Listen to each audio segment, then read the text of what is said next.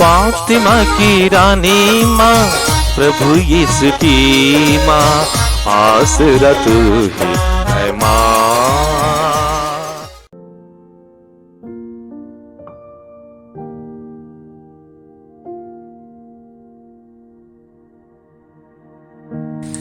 पहला पाठ नबी इसायास का ग्रंथ, अध्याय 49, पद संख्याएं 8 से 15 तक। प्रभु यह कहता है, मैं उपयुक्त समय में तुम्हारी सुनूंगा, मैं कल्याण के दिन तुम्हारी सहायता करूंगा। मैंने तुमको बनाया है और अपने विधान की प्रजा नियुक्त किया है। मैं भूमि का उद्धार करूंगा और तुम्हें उजाड़ प्रदेश में बसाऊंगा। मैं बंदियों से यह कहूंगा, मुक्त हो जाओ, और अंधकार में रहने वालों से सामने आओ। वे मार्गों के किनारे चरेंगे और उन्हें उजाड़ स्थानों में चारा मिलेगा। उन्हें फिर कभी ना तो भूख लगेगी और ना प्यास।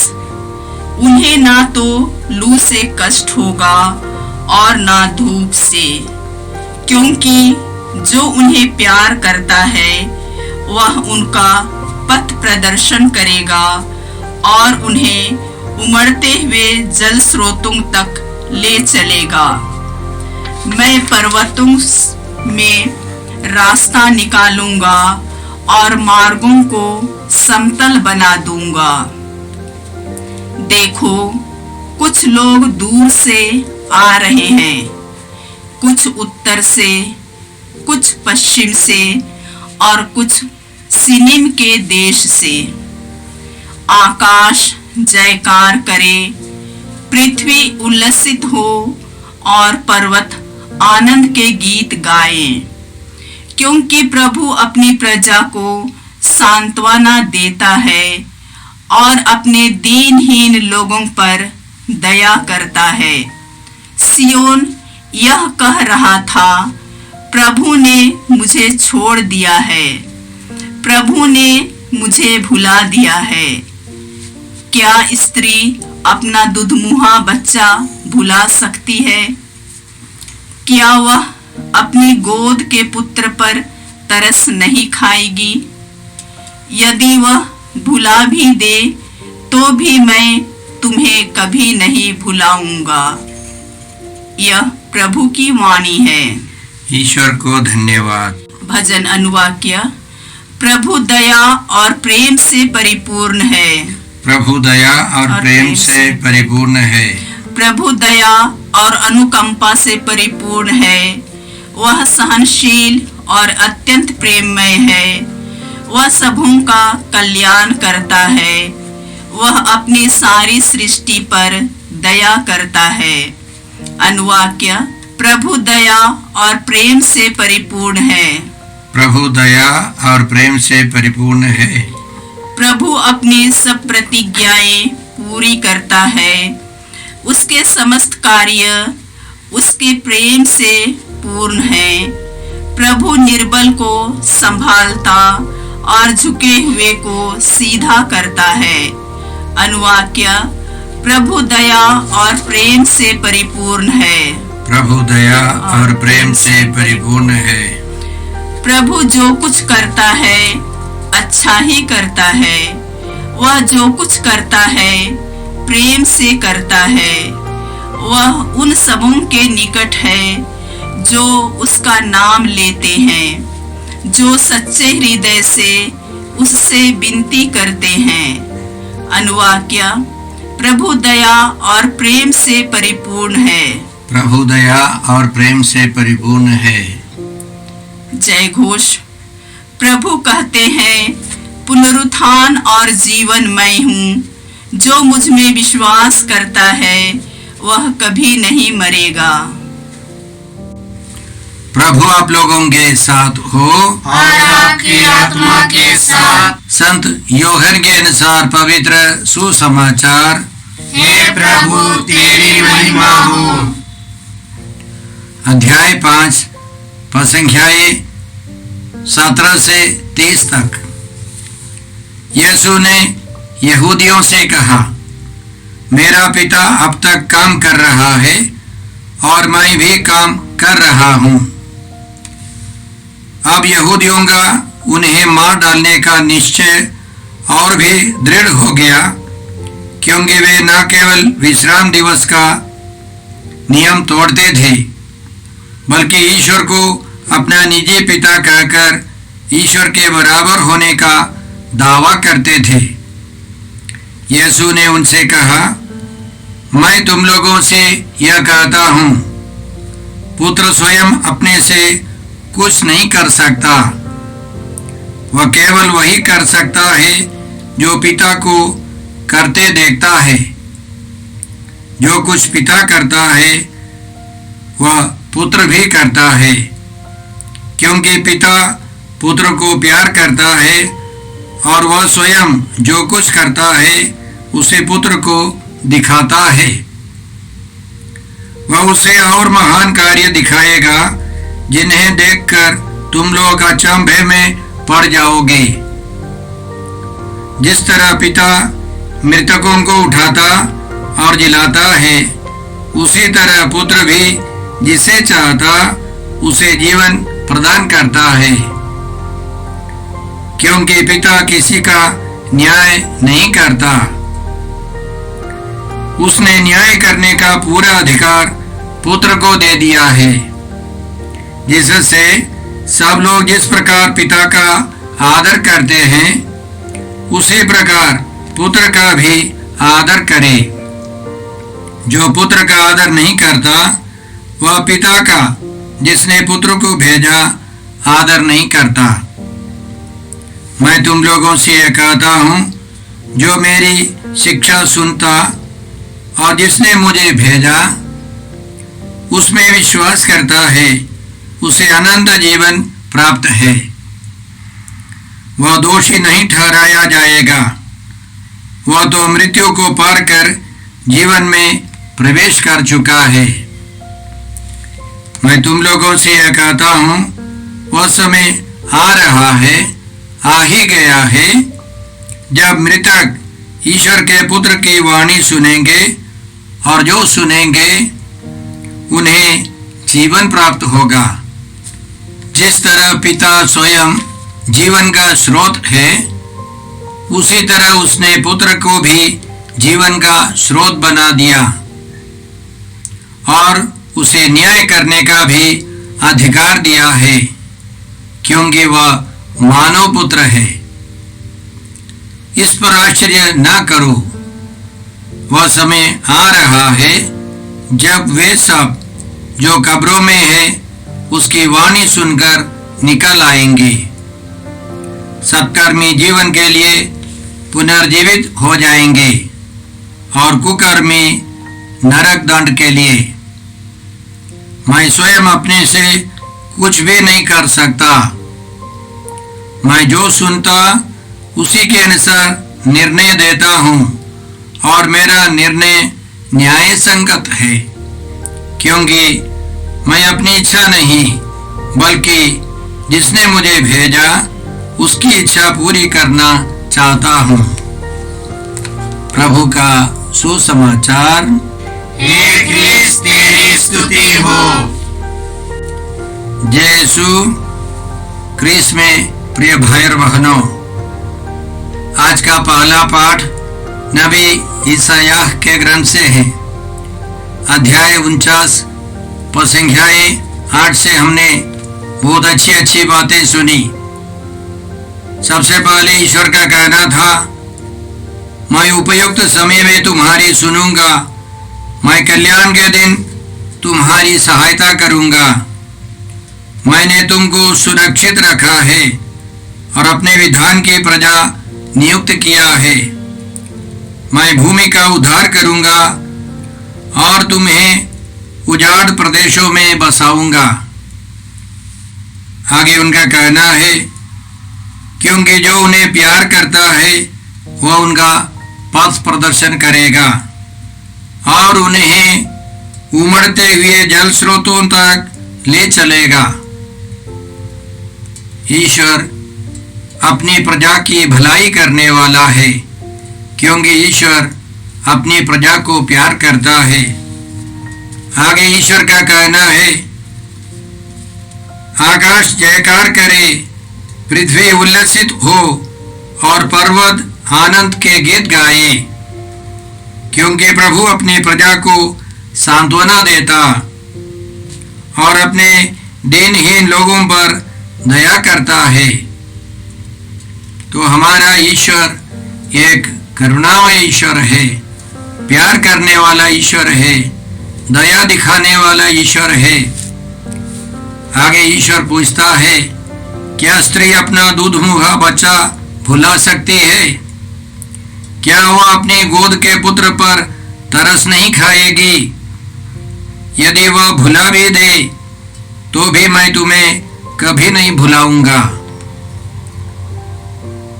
यशायाह नबी का ग्रंथ अध्याय 49 पद संख्या 15, यह महत्वपूर्ण एक वचन है।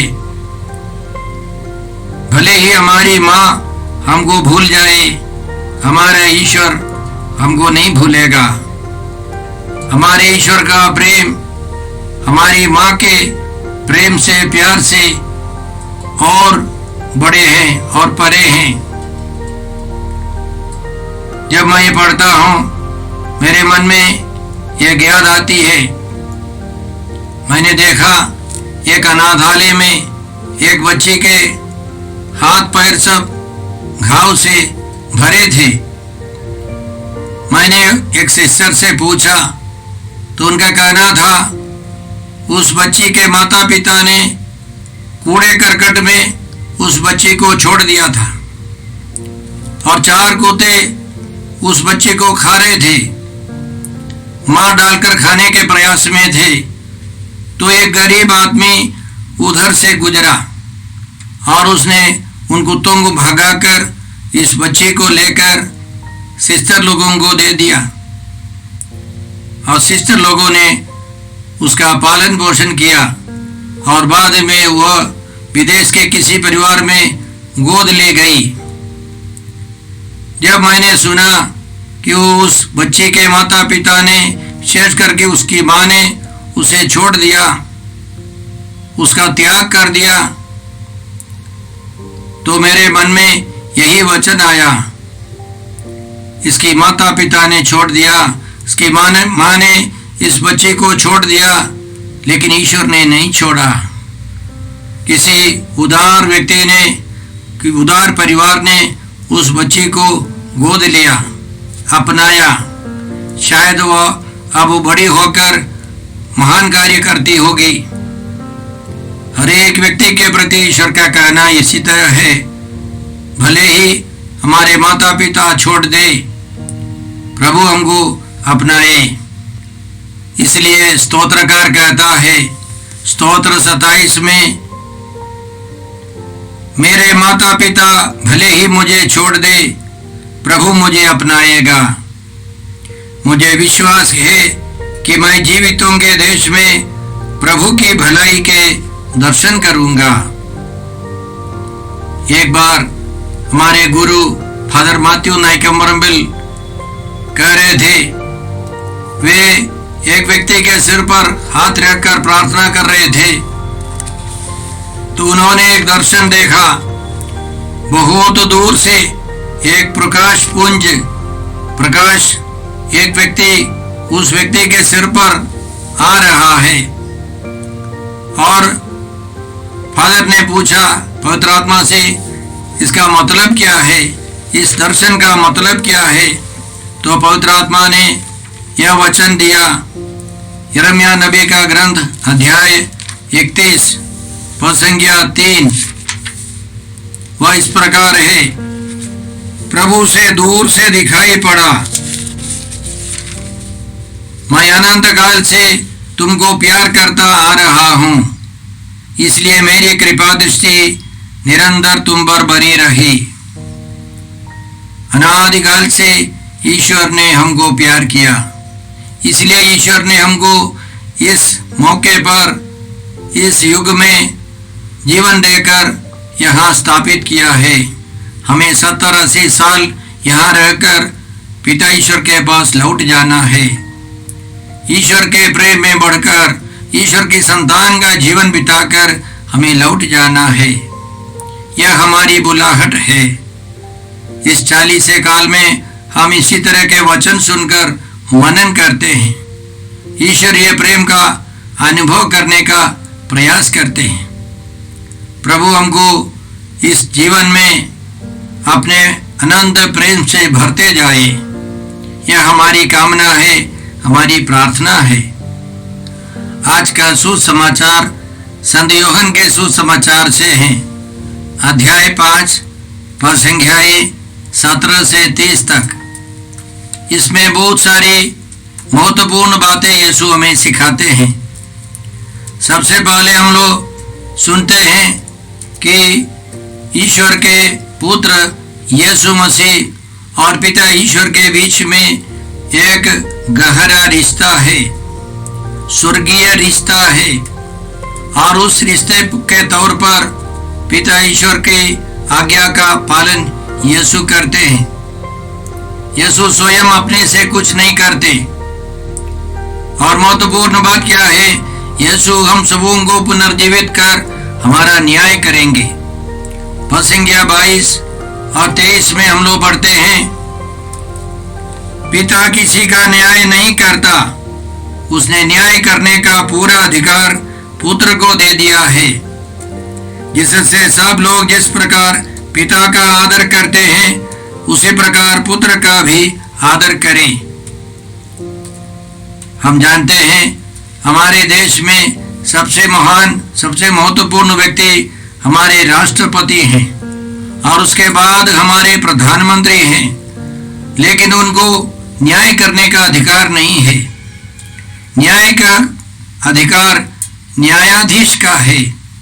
सबसे महत्वपूर्ण व्यक्ति न्यायाधीश, चीफ जस्टिस ऑफ इंडिया, वो न्याय करने वाले हैं और उनके सहयोगी न्यायाधीश न्याय करते हैं। उसी प्रकार पिता ईश्वर की योजना है यीशु मसीह हमारा न्याय करें। कारण जिस प्रकार हम लोग पिता ईश्वर को आदर देते हैं उसी प्रकार हम पुत्र का भी आदर करें। उसके अलावा यीशु 27वां वचन में इसी तरह दूसरा एक कारण देते हैं, उसे न्याय करने का भी अधिकार दिया गया है क्योंकि वह मानव पुत्र है। प्रभु यीशु ने मनुष्य के पुत्र के रूप में, मुक्तिदाता यीशु मसीह के रूप में आकर उन्होंने दुख सहा है। अपने 5 इंद्रियों में उन्होंने दुख सहा है। इसलिए पिता ईश्वर ने यीशु को न्याय करने का अधिकार दिया है। और यीशु कहते हैं सत्कर्मी जीवन के लिए पुनर्जीवित हो जाएंगे और कुकर्मी नरक दंड के लिए। तो हम विश्वास करते हैं कि धर्मी लोग अनंत जीवन में प्रवेश करेंगे और विधर्मी लोग अनंत दंड भोगने जाएंगे। यह फैसला प्रभु यीशु करेंगे। इसलिए इस 40 काल में हम लोग स्वर्ग राज्य में प्रवेश करने के लिए वचन सुनते हैं, प्रोत्साहन पाते हैं और उसके अनुसार जीवन बिताने का प्रयास करते हैं। यीशु का एक महत्वपूर्ण कार्य है, जो मेरी शिक्षा सुनता और जिसने मुझे भेजा उसमें विश्वास करता है उसे अनंत जीवन प्राप्त है। वह दोषी नहीं ठहराया जाएगा, वह तो मृत्यु को पार कर जीवन में प्रवेश कर चुका है। यीशु का कहना है वह समय आ रहा है, आ ही गया है, जब मृतक ईश्वर के पुत्र की वाणी सुनेंगे और जो सुनेंगे उन्हें जीवन प्राप्त होगा। तो हमें प्रभु यीशु की वाणी सुननी है, प्रभु यीशु के वचनों को सुनना है, प्रभु यीशु में विश्वास करना है। तो हम ईश्वर की संतान बन जाते हैं। ईश्वर हमें दंड नहीं देगा, हमारे पापों को क्षमा कर हमको अपने परिवार के सदस्य बनाएगा। तो यह मौका है, पवित्र कलीसिया हमको यह मौका देती है कि हम इन वचनों पर ध्यान देकर, इन वचनों पर विश्वास कर अनंत जीवन की तैयारी करें। आइए हम प्रार्थना करते हैं। हे पिता ईश्वर, हे प्रभु यीशु, हे पवित्र आत्मा ईश्वर, इन पवित्र वचनों के लिए हम तुझे धन्यवाद देकर प्रार्थना करते हैं कि हम अनंत जीवन में प्रवेश कर सके। हम यह प्रार्थना करते हैं प्रभु क्रिस्त के द्वारा। हमारे प्रभु यीशु क्रिस्त की कृपा, ईश्वर का प्रेम और पवित्र आत्मा का सहचर्य आप सबों को प्राप्त हो। आमीन। यीशु क्रिस्त में प्रिय भाई और बहनों, प्रभु यीशु ने हमें आदेश दिया है संसार के कोने कोने में जाकर सारी सृष्टि को सुसमाचार सुनाओ। सुसमाचार सुनने के लिए और सुनाने के लिए एक अच्छा मौका है। आप कृपया इस चैनल का सब्सक्राइब करें, लाइक करें, शेयर करें, बेल आइकन दबाएं ताकि यहाँ की नई वीडियोस की सूचना आपको मिलती रहेगी। साथ साथ आप दूसरों को भी प्रेरणा दें इसका सब्सक्राइब करने के लिए। याद रखें, कल के मिसा के दैनिक पाठ और उस पर टिप्पणियाँ आज ही दोपहर के बाद हम लोग अपलोड करते हैं।